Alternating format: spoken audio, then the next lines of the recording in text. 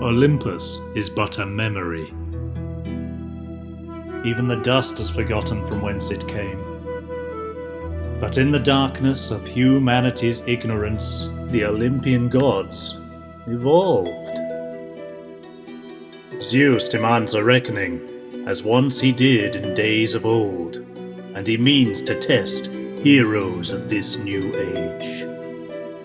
The fates of gods and mortals alike shall be forged in the crucibles of war, and none, not even Zeus himself, can foresee which path the future will take. Will a new hero step forward to be remembered until the end of time? Only the fates can decide.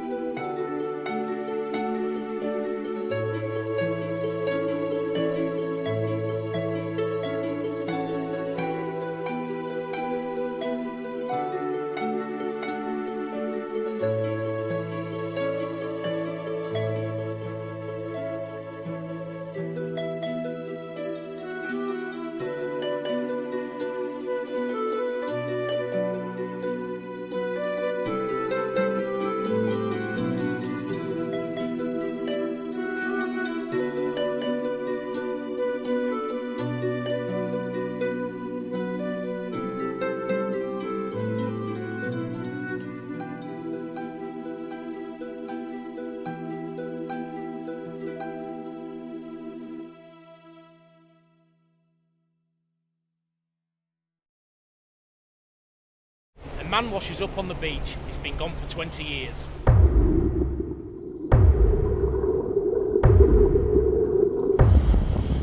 What sort of man? A soldier, a general, a king.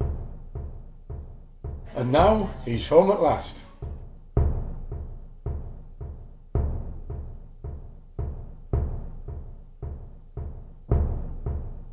I don't get it. Where's he been all this time?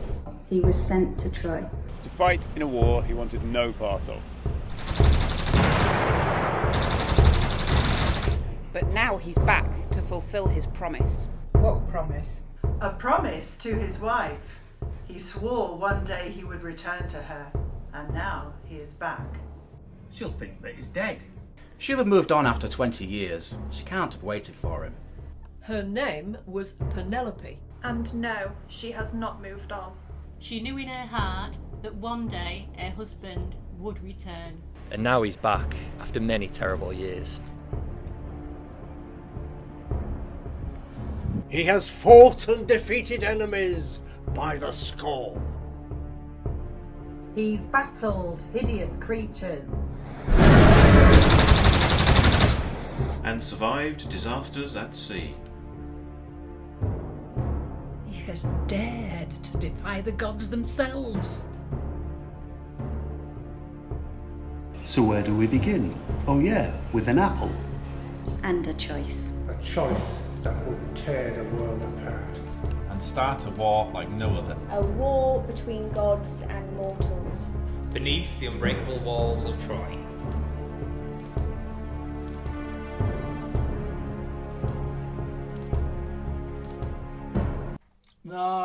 It's not for me. Old news. It's a kid's story. Oh, it's a story, all right. One of the oldest stories in the world. And it's ageless. It's ancient history. The story of Troy is not about the fall of a single city. It's about all of humankind. The mistakes that we make that shape our lives. And the incredible things we can achieve together. It's a tale about the foolishness of kings. And the stupidity of men, especially those with power. It's a tale of love. Love that rips nations apart. Love that brings your world to its knees. But most of all, love that never dies. This is a tale of Odysseus.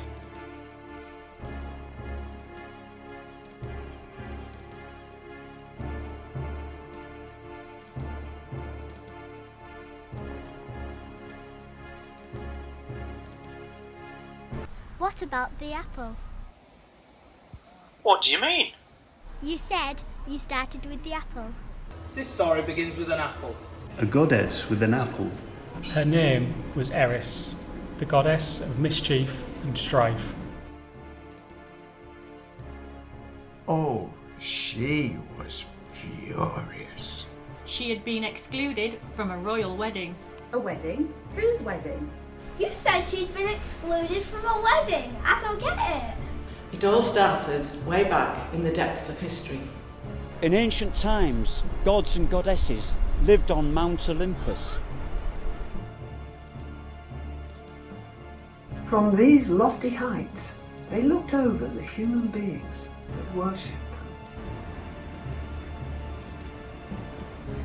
They interfered with mortal lives.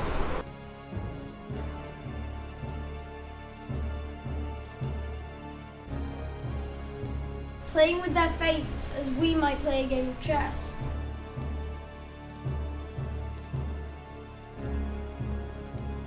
If someone displeased them, well.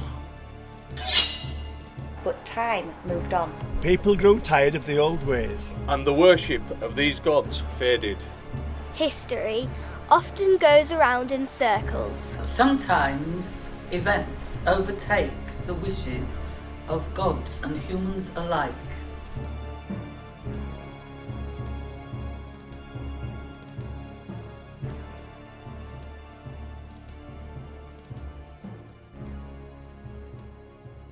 And so it was when King Peleus, a mortal man, fell in love with Thetis, a goddess of the sea.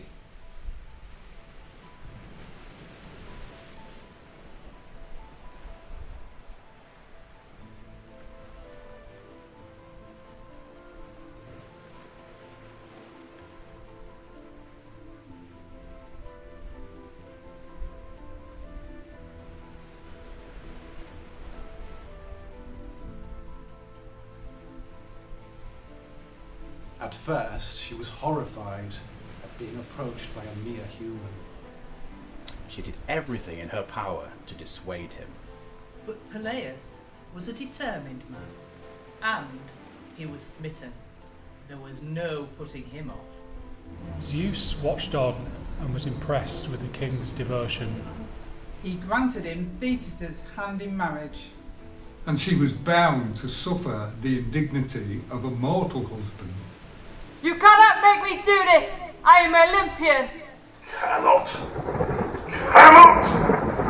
Who are you to tell Zeus what he can or cannot do? You will bend to my will, or I will break you, goddess or not!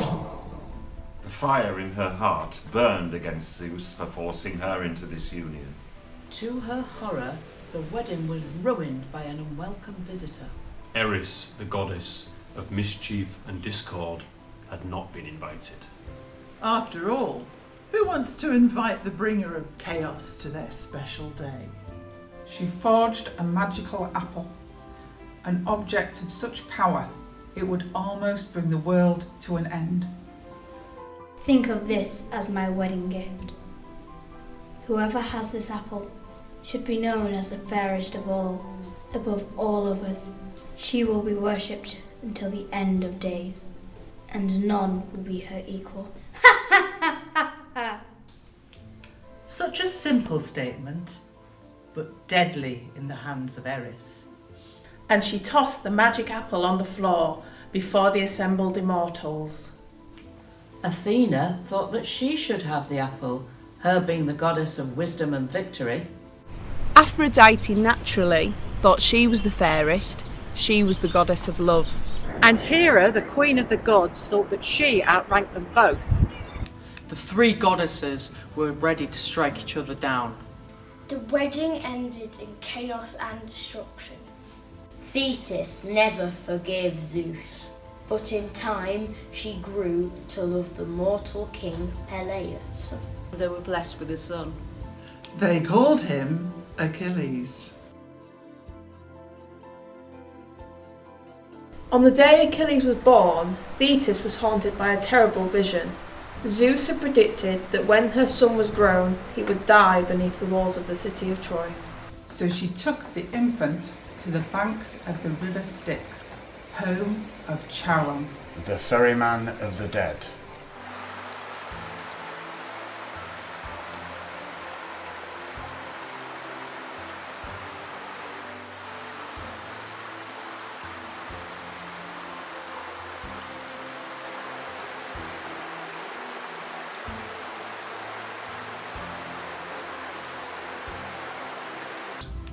She dipped the child into the dark water of the river Styx, holding him by his tiny heel as he was submerged. Where the water touch, no weapon will harm you. What harm would that do? No one would ever know.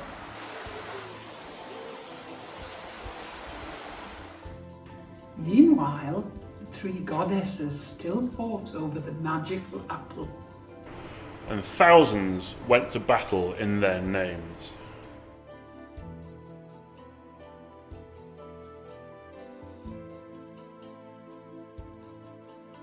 Cities were reduced to dust.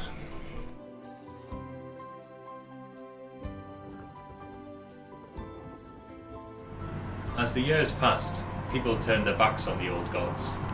Their temples were overthrown and their names were forgotten.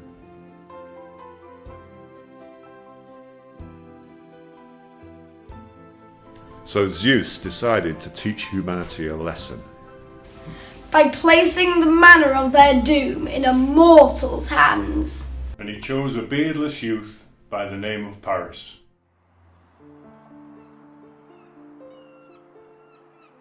A prince of Troy, but one who carried a curse from the moment he was born.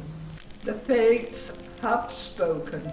This child will one day cause this city to burn. He was left to die in the wilderness.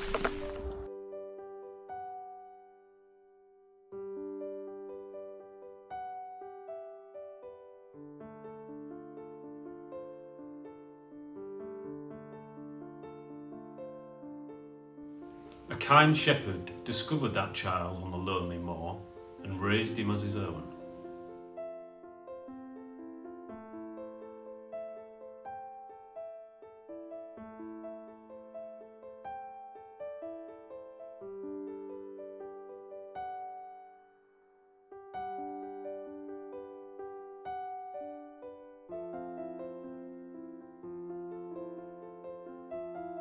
And there he grew to manhood, away from the city he was destined to destroy. But in his heart, Paris knew he belonged somewhere else. And one day, when out in the fields, he received a visitation. The gods presented the boy with a challenge. He would be the one to choose which of the three warring goddesses would be the fairest of all.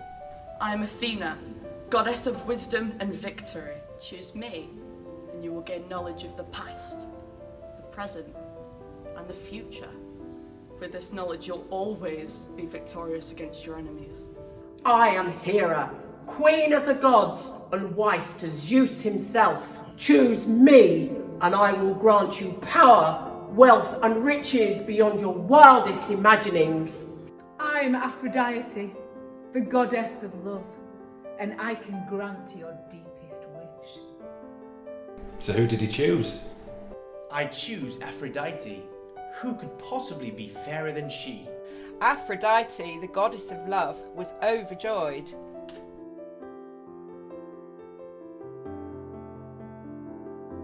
Aphrodite had been chosen as the fairest goddess of them all. And now she had no equal. Her vanity was satisfied at last. But she had one tiny problem. She had promised to find Paris a wife lovelier than any other. And to reunite him with his royal parents. Returning him to Troy was the easy part. The king and queen were so guilty about abandoning him as a baby. They welcomed him back with open arms. But his sister, Hector, was not so convinced. She remembered the prophecy. One day, Paris would cause the city of Troy to burn. So Aphrodite went in search of a beauty to please the young prince.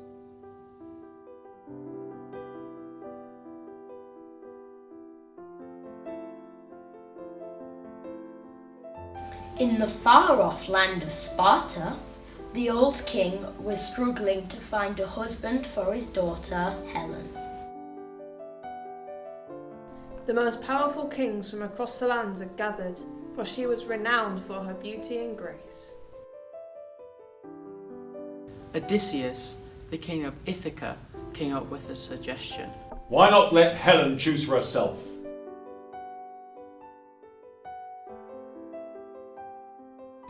Agamemnon, the most powerful of all kings, agreed. Very well, but on one condition. Every man here will swear an oath to defend this marriage. To the death. To the death! We swear it shall be done! They all agreed, and Helen made her choice. And so it was done. But in the shadows, Aphrodite looked on. The goddess had found the beauty she was looking for. She returned to Troy to give Paris the good news. Where is this great beauty you promised me? You've been gone 3 years. I found you a true beauty, Paris. Her name is Helen. 3 years! Where is my bride-to-be? You must journey to Sparta to woo her. I will aid you. Paris travelled across the seas to Sparta, where the new king Menelaus welcomed him with open arms. The young prince of Troy fell madly in love with Helen, and with Aphrodite's help, he won her heart.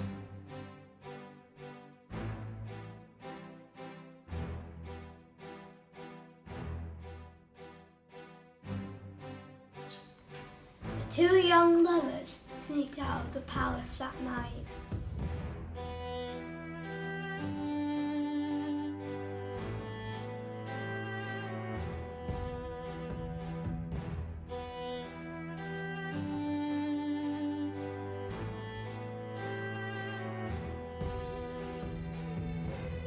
And set sail for Troy. Menelaus was devastated. I'm too old for her. I knew it was always so. Perhaps this is for the best. No! Helen and this wretch Paris have betrayed you. This is an act of war. Surely not. Do as you wish, my brother. This may be nothing more than a passing fancy. The actions of an unthinking youth. I myself will raise an army like none have ever seen before, from every corner of this fair earth. I will gather the kings who swore to defend your marriage, and their armies with them, 1,000 ships and more, ready to descend on those who would usurp my kin. What if I appeal to Helen to return to me? I will grant you a year to reclaim your bride. If she still remains in Troy with this young prince, then we will bring our vengeance upon them, and on any who seek to harbour them. He was livid. His rage knew no bounds.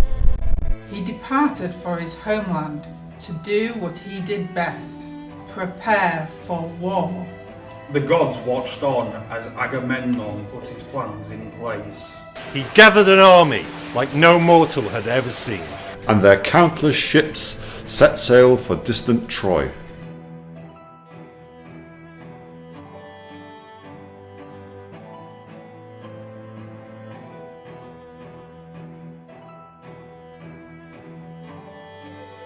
Now Odysseus was the king of Ithaca, a small kingdom of farmers and fishermen. A peaceful place. Following the marriage of Helen and Menelaus, he had celebrated with his new wife Penelope. She was Helen's cousin, and they were both overjoyed for the young queen. The following day they returned to Ithaca. They had a son, Telemachus, a fine lad. But one day they received unsettling news. Helen of Sparta was missing. Odysseus was at a loss. And then came the day that Agamemnon's messengers arrived at his door. I must go. Agamemnon will have it no other way. And what of our son? What of our people? What of me? I will return, Penelope. You have my word. Then go. I know in your heart you long to be a peaceful man, Odysseus. And I meant it. But I have no other choice. But you've never been able to resist the call of arms.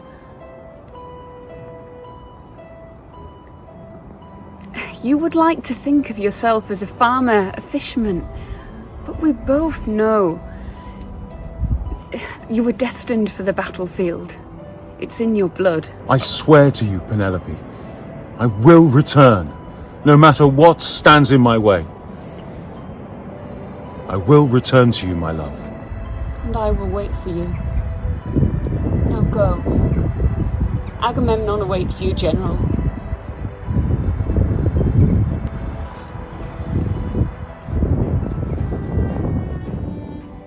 Odysseus gathered his troops.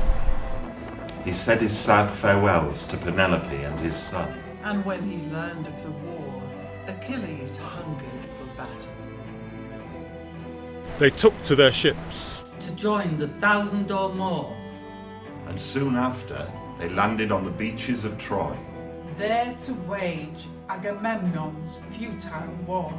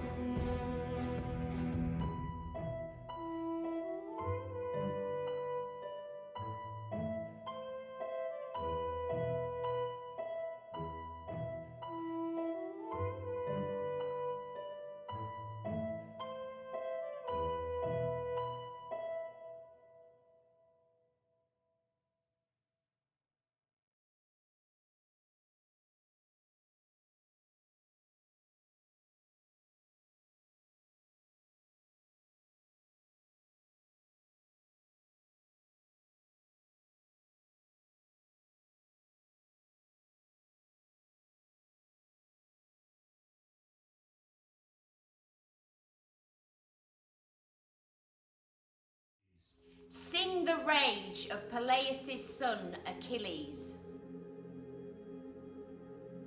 Murderous, doomed, that cost the Trojans countless losses, but made their bodies carrion. Feasts for the birds and the dogs. hurling down to the house of death so many sturdy souls. Heralding a war of gods and humankind on the fabled beaches of Troy. Soon the beacons would be lit, and the shouts would ring out, Agamemnon is coming!